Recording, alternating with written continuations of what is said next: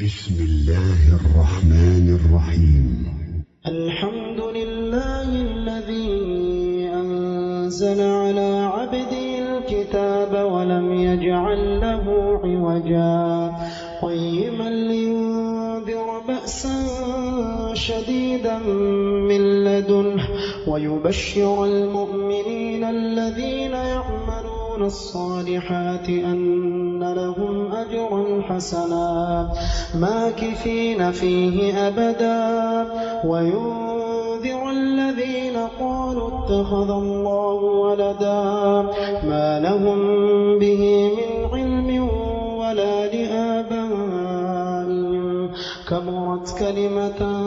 تخرج من أفواههم إن يقولون إلا كذبا